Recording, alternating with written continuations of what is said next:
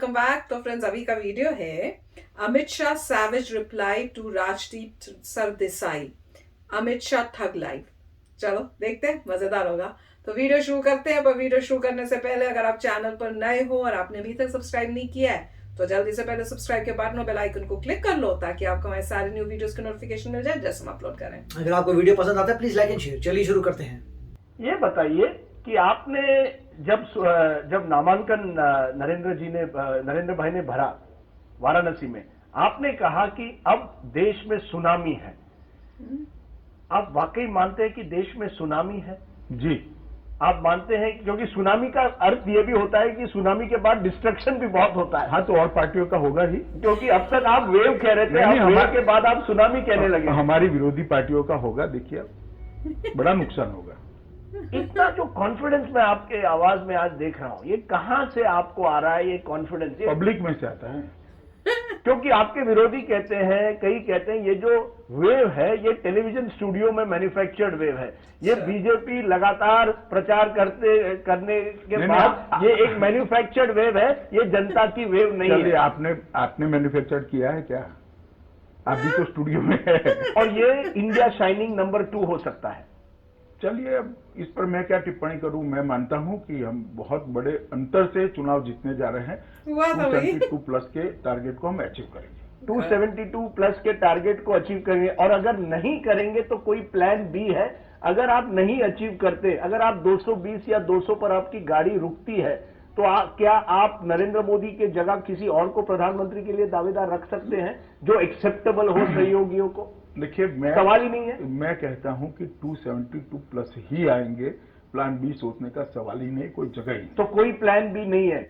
मैं एक आपसे पूछता हूं, ये जो भय बनाया गया है एक तरह से कि अमित शाह आएंगे तो यूपी में दंगे होंगे, अमित शाह आएंगे, इसमें आपका बड़ा रोल है। मेरा कोई रोल नहीं, आपका ही रोल है। मेरा सबसे बड़ा रोल आपका ही है। मैं आपको एक बात को स्वीकार कर लीजिए, आपका बहुत बड़ा रोल स्वीकार नहीं करूंगा। पर ये जो भय लोगों में फैला गया, खास करके मुसलमानों में, कि अमित शाह ऐसे आएंगे तो कहीं ना कहीं दंगे करवाएंगे। देखिए भैया, मैं 12 महीने से यहाँ हूँ। मेरे आने के पहले 45 दंगे हुए थे, मेरे आने के बाद भी 45 दंगे हुए। दंगे कोई व्यक्ति नहीं करा सकता। सरकार अगर ठीक तरह से शासन करे तो दंगे नहीं होते। तो ये छवि कैसी बन गई है? मैंने कहा तो आपका रोल है। मेरा कोई रोल नहीं, लेकिन आगे बढ़ते हैं। नरेंद्र मोदी आते हैं वाराणसी, जो इस समय कांटे की टक्कर बन रही है, ऐसा ऑपोजिशन कह रही है। अरविंद केजरीवाल एक तरफ है, अजय राय दूसरी तरफ है, आम आदमी पार्टी के लीडर, और कांग्रेस ने भी एक बाहुबली को टिकट दिया है। कोई डर है कि कहीं वाराणसी एक हाई रिस्क स्ट्रेटेजी आपने अपनाई है? देखिए, हम लोग बहुपक्षीय लोकतांत्रिक व्यवस्था में काम करते हैं। हर पार्टी को अपना कैंडिडेट खड़ा रखने का अधिकार है। और जहां तक नरेंद्र मोदी का सवाल है और वाराणसी सीट का सवाल है, राजीव जी, आपको मालूम होना चाहिए कि जब नामांकन किया उसी दिन सीट का परिणाम तो आ चुका है। ये आपका ओवर कॉन्फिडेंस नहीं है? क्योंकि उस दिन आपने ये भी कहा कि अब सुनामी आ गई है। 16 तारीख को 12 बजे मुझे फोन करिएगा, चूकिएगा मत। मैं जरूर आपको फोन करने वाला हूं। मैं आपको टीवी चैनल पर आऊंगा। मैं ओवर कॉन्फिडेंस में हूं या आपका आकलन ठीक है? कितने वोटों से जीतेंगे? मैं क्योंकि कुछ लोग कहते हैं कि इस चुनाव में वाराणसी में केवल नरेंद्र मोदी जीतने हारने का सवाल नहीं, लेकिन आप चाहते हैं कि बड़ी से बड़ी मात्रा से जीते। देखिए, मैं कुछ कहना नहीं चाहता कि यहाँ पर शीघ्र कवि है। उन्होंने मुझे फोन किया था रैली देखने के बाद, नामांकन देखने के बाद, कि भैया यहाँ 16 तारीख को मतगणना नहीं होनी है, जनगणना होनी है। अरे नहीं, मैं इसलिए पूछ रहा हूं कि अब एक तरह से प्रियंका गांधी ने अमेठी और रायबरेली पर अपना फोकस किया है। क्या उसके बाद आपको लगता है स्थिति बदल गई है? न केवल अमेठी रायबरेली में, लेकिन पूरे 7 तारीख का जो चुनाव हो रहा है और 12 तारीख का चुनाव हो रहा है, उसमें फर्क पड़ा है प्रियंका के आने से या नहीं? प्रियंका जी हर बार चुनाव प्रचार करती है।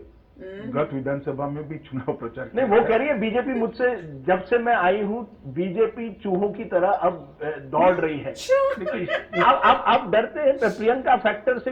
आपको कोई डर इस चुनाव में आपके कैलकुलेशंस में? नहीं, थोड़ी टीआरपी आपकी बढ़ेगी और कुछ नहीं होगा। आप केवल उसको टेलीविजन स्टार मानते हैं, आप उसको सीरियस पॉलिटिशियन नहीं मानते? मैंने टेलीविजन स्टार नहीं कहा। नहीं, आपने कहा टीआरपी बढ़ती है। टीआरपी घटनाओं से बढ़ती है, मैंने टेलीविजन स्टार नहीं कहा। मैं मानता हूं कि हर एक को अपना प्रचार करने का अधिकार है और वो अपने तरीके से माता जी के करें। और भाई के क्षेत्र में प्रचार करिए, इसमें हमें क्या आपत्ति हो सकती है? हम अपनी लड़ाई लड़ रहे हैं, वो उनकी लड़ाई लड़ रहे हैं। लेकिन जो भी वो कहती है उसका कुछ ना कुछ उसी दिन कई रिस्पांस आ जाता है बीजेपी का। मोदी जी खुद रिस्पॉन्ड करते हैं प्रियंका जी को। क्या आप उनको ज्यादा अहमियत दे रहे हैं या डर रहे हैं उनसे? डरने का सवाल ही नहीं जवाब है। तो देंगे, हम कांग्रेस पार्टी के खिलाफ तो चुनाव लड़ रहे हैं भैया, तो जवाब नहीं डरने देंगे। का कहाँ सवाल आता है? इतनी बड़ी सरकार है, उसके सामने चुनाव लड़ रहे हैं, क्यों डरे हम लोग लोकतंत्र की व्यवस्था में तो भरोसा आप करने डरते वाले नहीं? हैं। तो प्रियंका गांधी का कोई डर नहीं है? डर किसी का क्यों डर है? नहीं होता। हम हमारी बात रखते हैं, वो उनकी बात रखते हैं। डरना आपकी कुछ भी। अगली एम्बिशन क्या है? क्या है आपकी अगली एम्बिशन? आप क्या ये बनना जीत के चाहेंगे? आपकी- मेरे मैं मन में आके- मोदी जी तो प्रधानमंत्री नहीं, बनना मेरे- चाहते हैं, अमित शाह क्या बनना चाहेंगे? मेरे मन में तो एक ही एम्बिशन है, राजदीप सरदेसाई मुझे ठीक से समझ ले बस, और कोई एम्बिशन नहीं है। आपकी एम्बिशन है कि जी, राजदीप जी। सरदेसाई आप लोग ठीक से समझ बस लें। बस, और कोई एम्बिशन नहीं है। तो फ्रेंड्स, मजा आया था सुनने में, और अच्छा अमित शाह ने टांग खींची है। वो ज्यादा स्मार्ट, ओवर स्मार्ट बनने की कोशिश कर रहे थे, और जिस तरह से बाबर आपको डर लग रहा है प्रियंका गांधी आ गई, मैं कहा ये बोला तो क्या डर क्या लगना है, वो भी एक इंसान है, इसमें डरना क्या है? मतलब इनको ये लगता है कि कांग्रेस में जो गांधी परिवार है उनसे लोगों को डरना चाहिए। देखो तो सही कि लोगों की जो उनके इस तरफ के मीडिया है जो उनको सपोर्ट करती है, उनका लुक कैसा देखते हैं वो और क्या सोचते हैं कि भैया प्रियंका गांधी से डरो, राहुल गांधी से डरो, सोनिया गांधी से डरो डेमोक्रेसी में। तो उन्होंने यही कहा कि भैया लोकतंत्र है, हम अपना इलेक्शन के लिए कर रहे हैं, वो अपना कर रहे हैं, उनको छूट है, वो अपना करे प्रचार, हम अपना कर रहे हैं। पर ये खींचने की कोशिश कर रहे थे, कह रहे थे क्या, अच्छा प्रियंका गांधी ने कहा कि भैया चूहों की तरह डर के भाग रही है, पता नहीं क्या। हद ही है इनके, तो बातें सुनने वाली भी मान है। अब पूछना चाहिए कि भैया कौन चूहों की तरह डर के भागा है।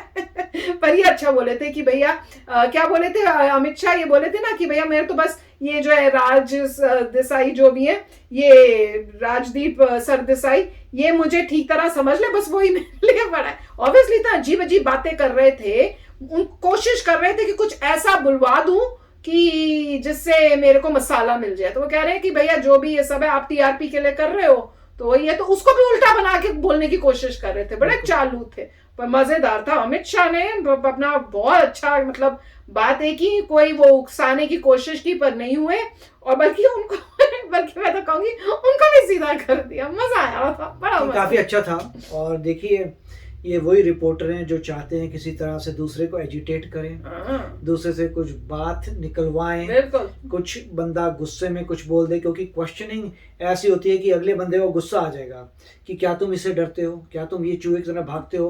उनको ये बोलना चाहिए भैया हम भगवान से डरते हैं, मगर ये सब चीजें बुलवाने के बदले को बंदा गुस्से में कुछ बोल दे, उसने बोला ऐसी कोई बात नहीं है। अगर हम उस पार्टी से डरते होते तो इलेक्शन क्यों लड़ते? इलेक्शन लड़ रहे हैं, हो सकता है उस समय का है, पुराने जमाने की बात कर रहे हैं जब बीजेपी इतनी स्ट्रांग नहीं थी, क्योंकि अब तो सवाल कुछ है ही नहीं, अब तो पूरा तख्ता पलट चुका। अब आके पूछना, अब तो पूरा, इसलिए उन्होंने बोला कि मैं पूरा कॉन्फिडेंट हूँ, अब मुझे गारंटेड है कि हम जीतेंगे, प्लान बी कोई नहीं है।